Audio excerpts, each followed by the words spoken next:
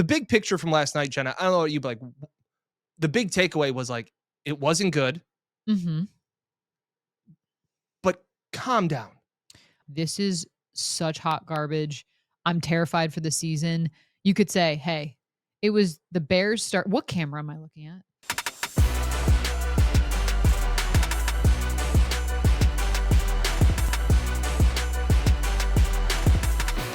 This is the Buffalo Plus podcast, brought to you by Connors and Ferris. All right, welcome back to the Buffalo Plus channel, presented by Connors and Ferris. Mike Catalana with a veteran day off. Dan Fates, I am Jenna Cottrell. Please be sure to like, comment, subscribe, and share. Today, we are breaking down the good, the bad, the very ugly from the Bills' preseason loss to the Bears, 38-0. I feel so different sitting on this side of the table. Honestly, I feel weird. Like I'm in my normal spot, but it just looks weird. Because usually it's if I'm here with Mike, I sit there, and then if Mike's here with you, you sit there. Yeah. And so Mike's not here, and we clearly didn't know where to sit. No, it's weird. It's weird. We're getting used to it. All right. Yeah. So that was something. We're going to talk a little bit about the safeties, the defense in general, QB situation, receivers, and just how we feel as we now head into the third and final week of the preseason. So let's start with this. Biggest takeaway after the Bills got beaten up by the Bears in the preseason, but still, it was it felt like the Bills were just zero effort in moments. Yeah, I want to start with a positive. Okay. So, because I think people are having a rough day today. I think that this is a time to, one, not only we can get into just the fact of the preseason and like everybody relax, like this really does not matter in the slightest. But I do want to say Tyrell Shavers balled out. He did. Tyrell Shavers balled out once again, where I'm sitting there going, it's not just this one training camp. Because last year he had a good training camp. We're like, hey, this is great. You know, maybe this guy could be somebody that cracks the roster. Now you have 2 training camps of really good camp. Like now it's built off that. Because I go back to thinking about what he said, Sean said about Shavers last year, that he's a professional and now it's tough as nails and now he's dependable. All of those things. I tweeted yesterday, I would be shocked if Tyrell Shavers didn't make this roster. And I'll even go as far to say is, and I know we can get into more of the wide receiver talk in a little bit, I don't think he's wide receiver 6. Really? I think he's wide receiver 5. I think Tyrell Shavers has had a really nice summer. Yeah. He had a really nice summer last year. I just figured you would want someone with a little bit more special teams upside in terms of looking at the end of receivers and what you're going to get in terms of cuts and all that stuff. So if it comes out to the way I look at it is it's Shakir, Palmer, Coleman, Curtis Samuel by default because of what he did at the end of last year. His salary cap, as I say, the contract goes into it, gives him the edge, in my opinion, over Elijah Moore. And if you're talking about we're going to keep Elijah Moore at 5, like in all honesty, when is Elijah Moore going to do something? And like I went back and clipped what we talked about before this preseason game because I was waiting for Elijah Moore to do something. I'm waiting. Do you think they cut him? I'd lean towards yes. Really? Yeah. Okay. I don't know what you could save money-wise. I don't know how much of it was guaranteed. I feel like it was a 5-year deal with $2 million guaranteed. I believe $2 million sounds right to me, but I don't know. Again, this is also coming from a guy, hand up, that was never on the Elijah Moore hype train in the beginning. I never understood it for a guy that, and let me just say this too. This is whenever we Who's a hater? No. But whenever we talk about, Elijah Moore's had bad quarterback play, right? That's what we hear a lot. Hey, give him with Josh Allen. Now he's going to be great. Garrett Wilson was still pretty damn good with the same quarterback. Yeah. Jerry Jeudy. Well, Jerry Jeudy had a massive year last year with the same quarterback. So don't always blame the quarterback for wide receiver production. It's the cop-out way where I'm sitting there going, if you're really good, you make plays. I hear you. I definitely hear that. I think, can 2 things be true? Where you want more out of your quarterback play, but also it's on Elijah Moore to make the plays, to make up for the fact that his quarterbacks before this have been less talented? If the offense, if nobody caught passes and they were, there was both of those wide receiver rooms that he was in weren't very good. No. And some guys balled out, and Elijah Moore didn't. Okay. And that's why he's on his third team and whatever. I hear what Hand you're up. saying. Again, this is just coming from a guy that was never on the hype train. I think you see the speed, but you want to see more of those moments out on the field, and we have yet to see that yet. How about that? I think that's fair. Perfect. And injuries don't help. You see the skill set, you see what he could add, but you haven't seen enough of it in Buffalo so far. You know what's going to happen? He's going to go for like 8 and 80 in this preseason and people are game. going to be like, yep, yeah, comments are going to be. Love that. And I thought at the end of that clip, we said he could go off for like 8 and 88 and a touchdown. And he didn't. He had 2 more drops. Yeah, the drops are. And to have somebody like the mentions are and this hope of like, oh, here comes Elijah Moore, all this stuff. He's healthy again. You know, he had a couple reps and a good joint practice. I'm waiting for him to do anything.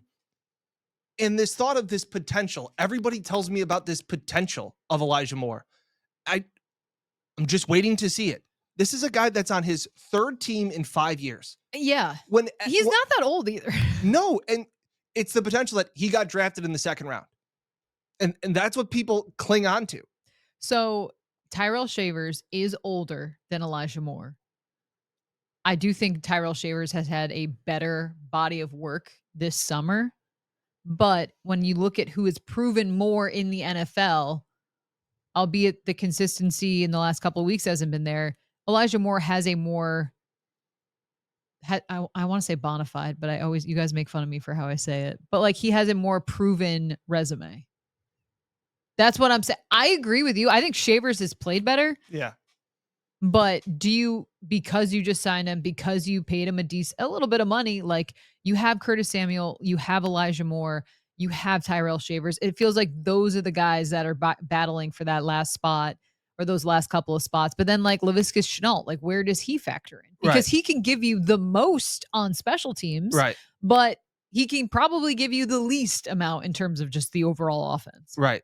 And so I guess I've just looked at it where I go, it's between Samuel, Moore, and Shavers, and it's 2 out of those 3 guys are making the roster.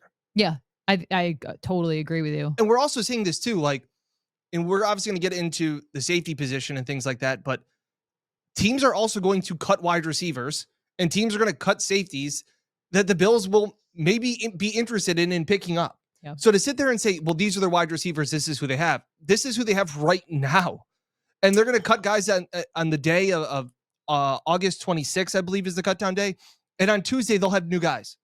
Like, so this is very fluid. Yeah. I hear what you're saying. So again, I just thought Shavers once again went out there when the team stunk and laid an egg. He still made plays. His releases were really good. All of those things that I wanted to see. Hey, go out there and make plays. He made plays. And I think that's a big factor into continuing to stack those days. If he would have gone out and disappeared, like goes back to Shavers being like, this is the most important like 2 weeks of my life. Yeah. And he's playing like it. Drawing an offensive pass interference on a great release, making another catch, like the timing, all of those things. I think he's earning more and more chances to get reps with ones, to prove that he can be a guy that just doesn't get reps from Mike White and Mitch Trubisky and deserves some more time with Josh Allen. If you are putting on your Brandon Beane hat, so it seems like you would say you would reward a guy like Tyrell Shavers, who has proven more in the last couple of weeks, than someone like Elijah Moore, who you've talked about potential, you've heard and you've seen it, you've seen the quick feet, but you just haven't seen it pan out so far with the team. Yeah. And I'll go one further and I'll dunk I'm going to dunk on myself here for this one. Oh. You look at the contract for Elijah Moore. I think it's a $5 million deal. 2.5 of it is guaranteed. They have cut players with guaranteed contracts before. Mm-hmm. I can't remember the tight end from Tampa Bay. They got a tight end from Tampa Bay that was from Alabama. They signed to a guaranteed contract. He was a massive human being. And they cut him before week 1, 2 years ago. I don't even remember. Pause. A few moments later. OJ Howard. OJ Howard. They signed OJ Howard to a pretty big guaranteed contract. Yeah. And they cut him before week 1. Yeah, a $3.5 million contract with $3.1 million guaranteed. And yeah, he was, gone. So when you look at contracts, and maybe I think Curtis Samuel's contract is a little too big for that. I agree. But when you look at Elijah Moore, I'll dunk on myself here. Marquez Valdez-Scantling, okay? Cheap contract. Oh, it was all fully guaranteed. They cut him. Like, they will move on from guys that don't produce. And so, again, Curtis Samuel needs to get on the field. Like, yeah, that has been his biggest problem in Buffalo, because when he's been on the field, he's been pretty productive.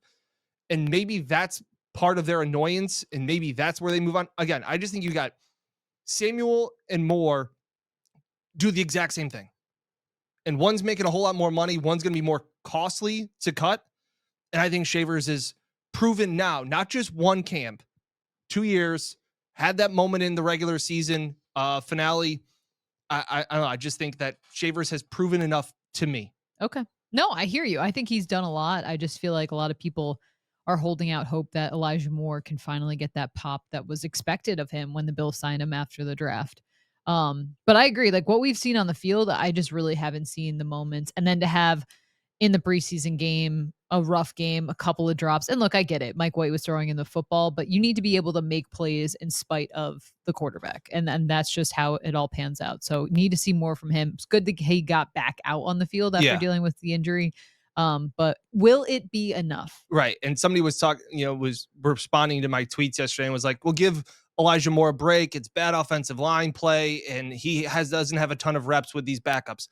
Spoiler alert, Elijah Moore has taken as many passes from Trubisky and Mike White as he has from Josh Allen at training camp. Like, he's not a guy that runs every rep with Josh. Yeah. He's not he's not Josh Palmer. He's not Keon Coleman. He's not Khalil Shakir. Like, those are the guys that Josh always throws to.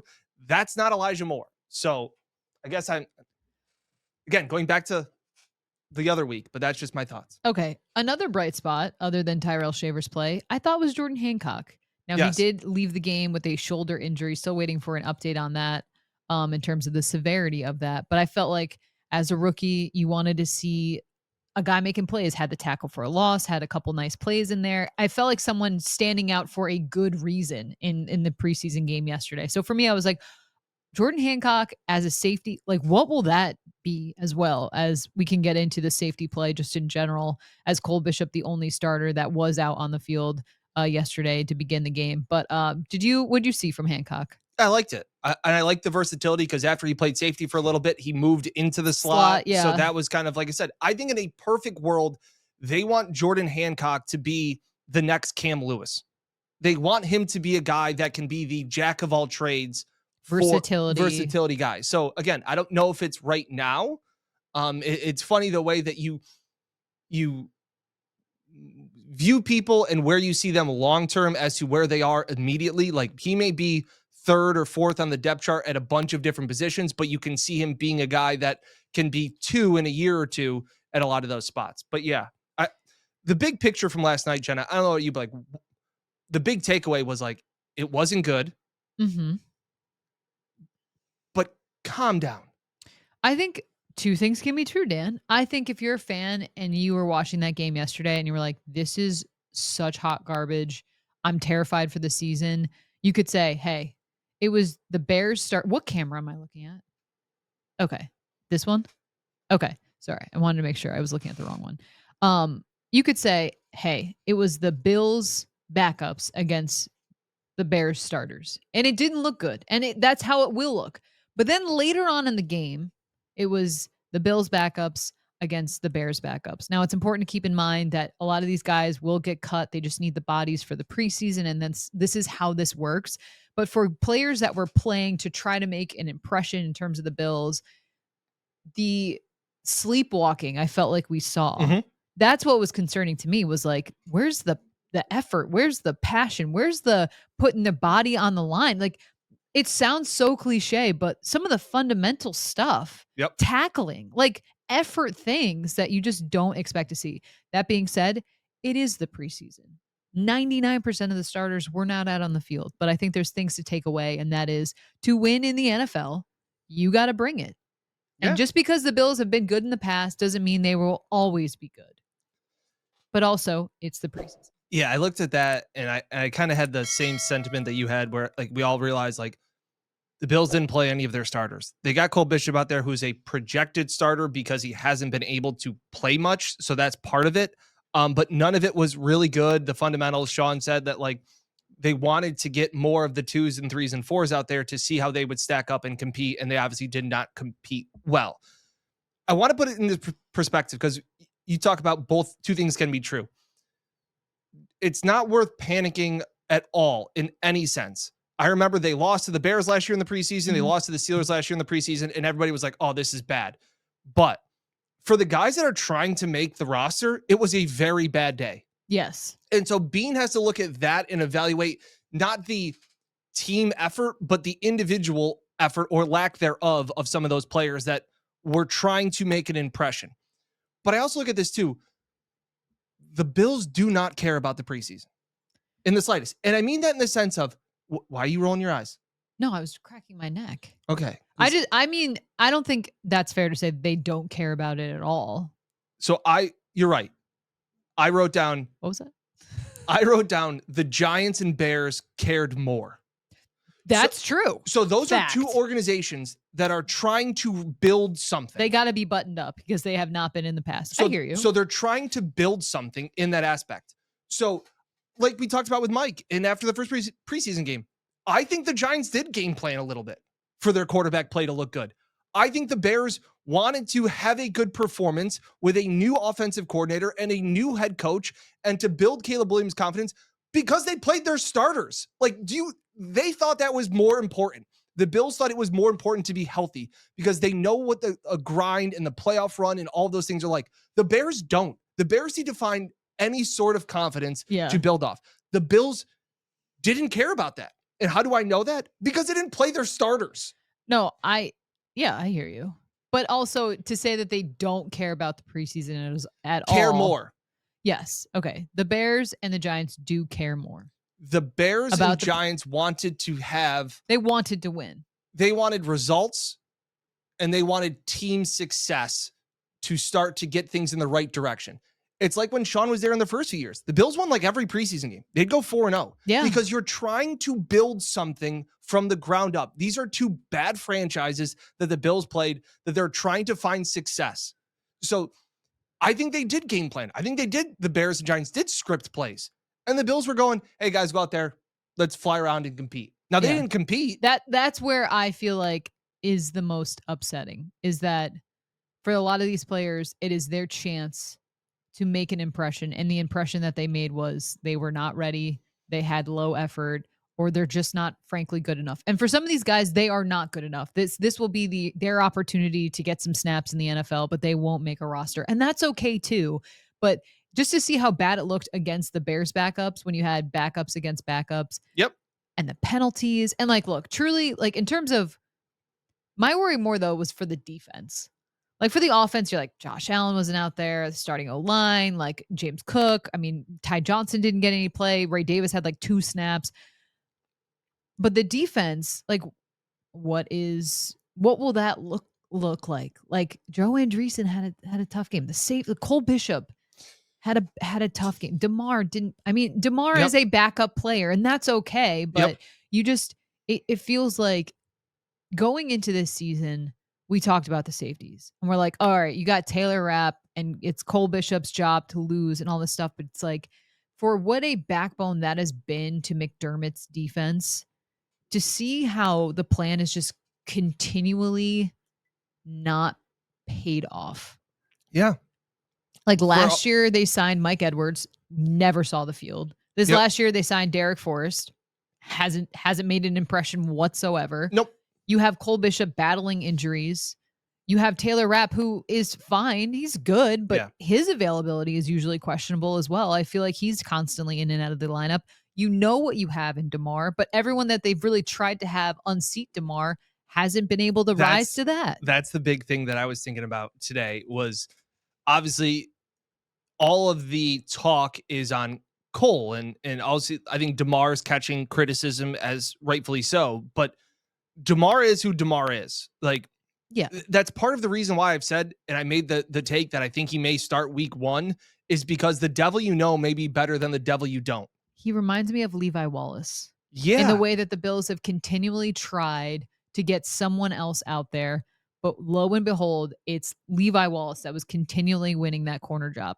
It's been DeMar. And I don't know what that says about the roster construction or the availability of Cole Bishop or what the plan has been, but I just looked at this and I go, just talking to a friend, and I said, because I had a neighbor come over today and was like, what's wrong with the Bills? And I was like, easy. I was like, guys, yeah. Again, my point is, if the Bills won 38-0, would you be sitting here today going, Super Bowl, guys? Do you see how Probably. good? I was like, do you see how good we looked? So good we looked in the preseason. It does not matter. Again, I understand. Okay. Yes, sorry. I understand the effort. I understand the compete. I understand the lack of fundamentals.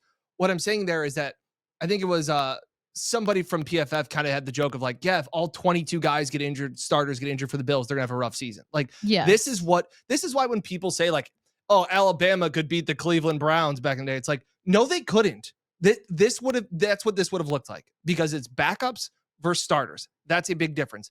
They had Cole Kmet, Loveland, like all those guys running out there, their offense. That's great for Chicago. The Bills just wanted to get out healthy. Like that's how this was in Rome. Roma Dunze. Yeah.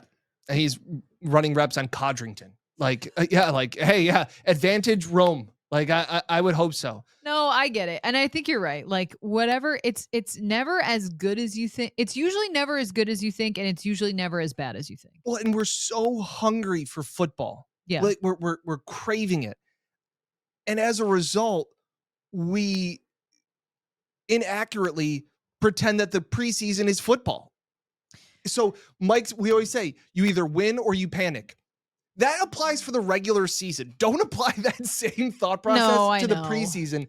And unfortunately, like, it was a bad day. See your uniforms are like, those are the Bills. And then you have to take the step back and say, hey, these are the backups out there. But I do understand fans, like, from a point of pride being like, really? That's the 100%. Level that we're going to put out there? And one last thing I wanted to say on Cole Bishop, which is, this is interesting because obviously the biggest problem is that he hasn't been able to be out there.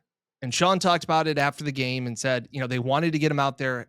He was asked if he's concerned. And Sean said, I'm concerned about a lot of things, which I thought was very true. That is Sean being a coach after an embarrassing loss, being a head coach and being hard on his players. But he talked about how, he's been wet around the ears and how he needs the reps and all of these things. Unfortunately, you get those reps in practice. It's very tough to be a Super Bowl contending team and to get those reps in live action. Again, if Cole Bishop played for the Jaguars, it'd be easy for him to just throw him out there. I don't know if you can do that when you're the Bills. In week 1, you have the Baltimore Ravens. And the crazy thing is, Jenna, it's almost like Cole Bishop's injuries have helped him. Go on. There's this sense. It's like he gets a pass. When Cole's been on the field, it has not been good. Correct. He started 4 games last year. You think about the Houston play. He got run over once or twice in the Kansas City game. Yes, he's made plays. I'm not saying it's been all bad. But whenever there's something that goes wrong with Cole and he makes a mistake or a bad play, he hasn't been on the field a lot because he's been injured. Maybe this is who Cole Bishop is. Maybe he's just not that good of a player, but he has this sense of hope. But he's young. Exactly. And so it's weird to sit there and say it's been like a crutch for Cole. His injuries have helped him be the projected number 1 guy because we don't know because he's been injured. My question to that is, though, you drafted him in the 2nd round last year. At what point do you give up on a guy like that? Because in essence, it really has not been that long. And you invested a 2nd round pick in him. I see your Cole Bishop and I raise you a Dalton Kincaid. Well, they still obviously believe a lot in Dalton Kincaid. And they clearly believe a lot in Cole Bishop. You're right. I totally hear you. It's that hope. It's you can hope in one hand and shit in another and see which one fills up first. Like you're trying. That is such a gross. This thought of, everybody's like, oh, DeMar can't play. You can't have DeMar be your starter. It's like then find somebody that's better to replace him. Because right now, I don't know if there is. And I'm not saying Damar is good. I'm saying that he is not a quality starting safety. I think we've all agreed. He is a depth guy. He is a backup. But because of how things have been, he has been out on the field, which... Again, comment in your takeaways from the preseason. Comment in your thoughts about Elijah Moore and Cole Bishop and that kind of stuff, because it wasn't good. You know what's funny to me about you, Dan, is like when people just want like rainbows and sunshine, you'll be like, hey, but here's the thing you should watch. And then when people are like, I can't believe how bad the Bills played, you're like, hey guys, it's okay. Like you zig when everybody else zags. You're like, hey, positives. And people are like, no, I want to rip off the head of everyone that plays on the Bills. Yeah, I felt like it was two memes in one. It was the not great Bob, and it was also the Aaron Rodgers of like R-E-L-A-X. Oh, smug. Like smug. that was how I felt watching that game. Like I always try and look at it. What if it's from the other side? What if they won 38-0? Would we be going, man, this team is I would Super feel, Bowl. honestly, though, I would feel more comfortable in the level of talent. I would rather them play good than not. No, I know, but I said I was never going to overreact in the preseason, good or bad. But some of those backups that were playing for the Bills, unfortunately, with how injuries work in the league, will be out on the field. You would imagine with other starters. Like, what if Terrell Bernard goes down? With others, he has. I know, but I'm saying like Joe Andreessen had a really quality camp last summer. This summer, amazing story. He has not held up the level of play that what we've expected. Yeah. And Terrell Bernard is such a playmaker, but he gets injured. And so, yes, you're right. If Joe Andreessen were to be thrust into the lineup, he would be with all the other starters. But still, I just wanted to see more. It felt like he was constantly in the wrong spot. Yeah, one step behind. And again, I think of it as the Bills need, you know what helped the safeties? A pass rush. I didn't see any. Yeah. Like that, again, that would help the safeties. Michael Hoyt has had some nice pop. Obviously, he's suspended. Deion Walker had a moment again. I feel like he played better. Him and TJ Sanders played better against the Giants, though. Agreed. I didn't see, like, I was kind of waiting for them. Yep. Landon Jackson. Meh. Yeah. But that's what's so funny. Like, that's why we grade, PFF does grades on week 1 preseason. And then everybody's like, hey, this guy graded a 90 something. And then they're like, well, where was he this game? It's week 1 of the preseason. And these guys are young. They're young. Well, you could say that about Cole Bishop. They're young. Yep. I love doing that to you. Okay. The last thing I want to say, QB battle. Mitch is, you know what? I felt like, what is that? Is it The Notebook? Where like, we were rooting for you. I was rooting for you, Mike White. And look, he didn't have the starting offensive line. Yep. But you just needed to see more. Chase Lunt wasn't good either. Yeah. You needed Vandermark wasn't good. A couple penalties. Yeah. Mike White didn't get much help, but he didn't really help himself either. Perfectly said. Yeah, I was really wanted to see something. Yeah. We were rooting for you. Yeah. Was really kind of hoping to see something from Mike, and there was not much there. Yeah, but at least I feel more comfort in like, okay, Mitch, like, look, do I think you're the incredible athlete that people have mentioned? I don't see it, but you do have a lot of starts under your belt. That experience matters. Former franchise quarterback.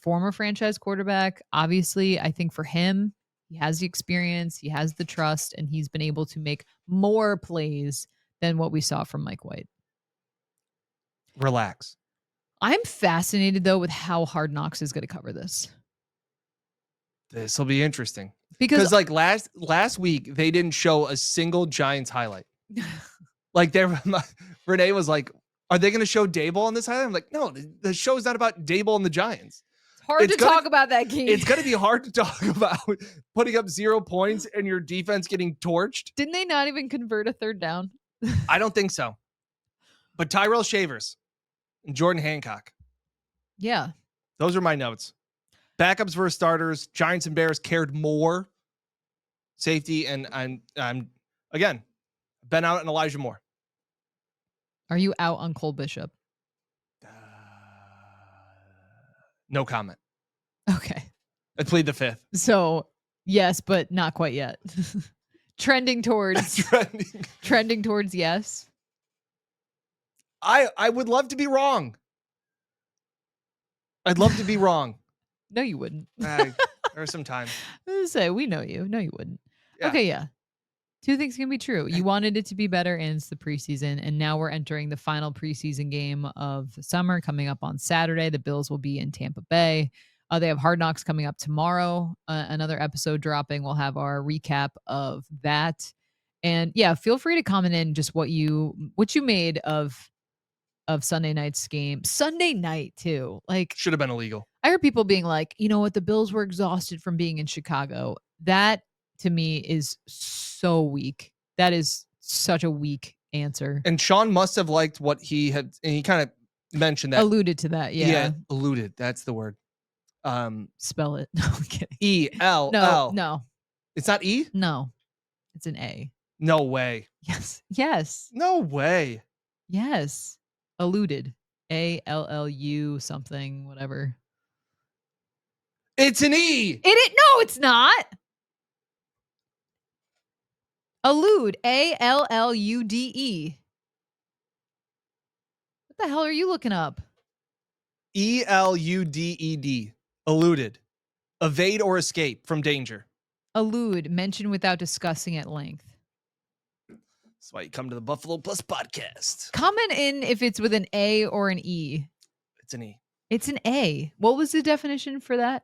Allude? Evade or escape from danger. Yeah, no, that's not what Sean McDermott was doing. He was mentioning without discussing at length, which is allude with an A.